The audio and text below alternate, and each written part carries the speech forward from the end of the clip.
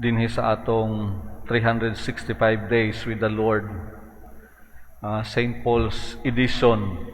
Dunay indot nga komentaryo sa Ebanghelyo nato karon nga nag-ingon nga ang gahom ni Jesus sa pag-ayo kasagaran instantaneous, diha dayon. Gani mahimong mag-ayo siya, nakaayo siya pinagi sa pulong niya. Pauli sa inyo yadtong opisyal nga Romanhon, ang imong sulugoon mamaayo na. Kadtong ningon, dili ako angay nga mopadayon kanimo sa akong balay, sulti lamang og mamaayo ang akong sulugoon. Siya giingnan ni Jesus, pauli sa inyo, mamaayo na ang imong sulugoon. No? O kadtong Syrophoenician woman, no? Giayo pod ang iyang anak, no? Unya kadtong babae nga gitalinugan for how many years, no? Sa nakahikap sa iyang sidsid sa iyang bisti, diha na ayo dayon ug daghan pa. Instantaneous. Apan karon sa atong nadungog nga akong gibasa nining narration pagsaysay ni San Marcos, usa ka buta nga gidala sa pipila ka mga tawo ngadto kang Jesus, ug gihangyo siya nga hikapon niya. Unya wala dayon diha. No? Gigunitan ni Jesus ang kamot sa buta, gidala ngadto sa gawas sa balangay, gipahilayo sa kadaghan sa mga tawo. Unya gituthuan ni Jesus ang mga mata sa tawo. Nya gitapion pagyud iyang kamot diha sa tawo. Nya giingnan niya, nakakita ka na ba?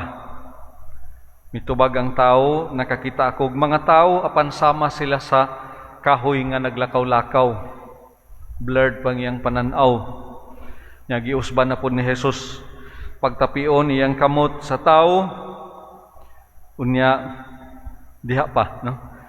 Nga mitutok ang tao og nahibalik ang iyang maayong pananaw.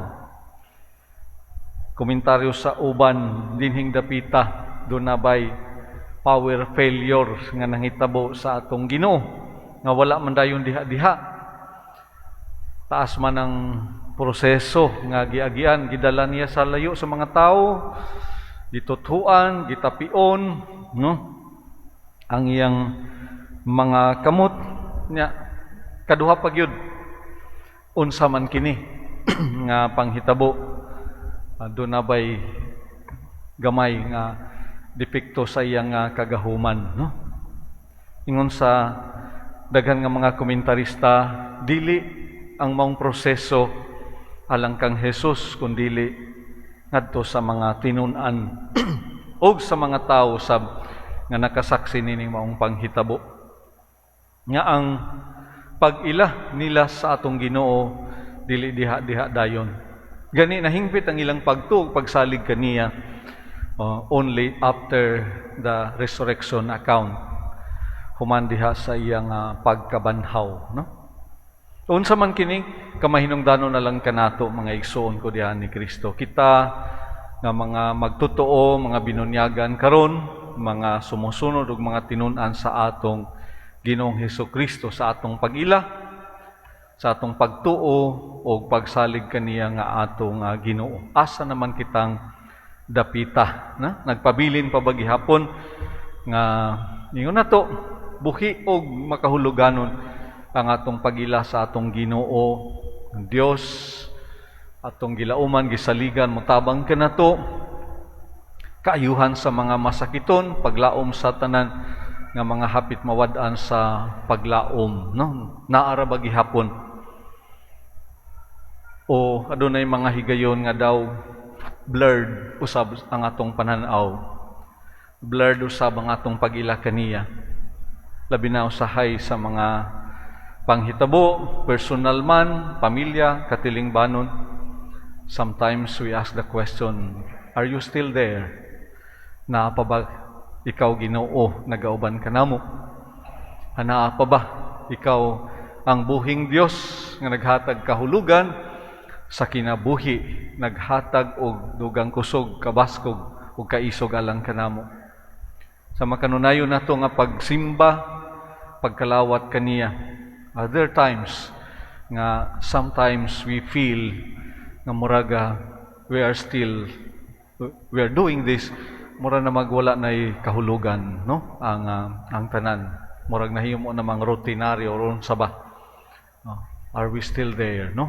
O tingali basig kinahanglan na pod ang lain nga pagtapion, lain na pod nga kahigayunan diin kita bag-ohon sa atong Ginoo o kita maninguha diha sa pagbag-o sa atong pagtuo o pagsalig kaniya. Unang pagbasa si Santiago nagpahinumdom kanato nga unta dili lang kita mahimong mga tinun-an, mga magtotoo nga kontento na sa pagpamati sa pulong, kundili doers of the word, no? Nga naningkamot paghatag og pagpakahulugan sa pulong pinaagi sa atong mga buhat, pinaagi sa atong mga maayong panigingnan, bisan unsa kagamay, basta no nagagikan diha sa kahiladman, sa kasing-kasing kay kini, no?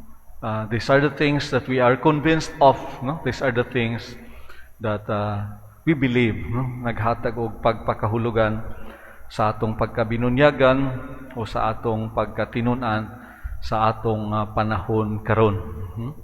Sometimes maybe o dili o sahay tingali gawas sa mga naandan nga mga gimbuhaton o gawas sa unsay mga ordinary or routinary nga mga buhat nato, no? Sometimes I'm telling akong mga kaubanan diha sa buhat, no? Kay when we look at ourselves o sahay sa consciousness examine sa among pagka religyoso misyonaryo, no?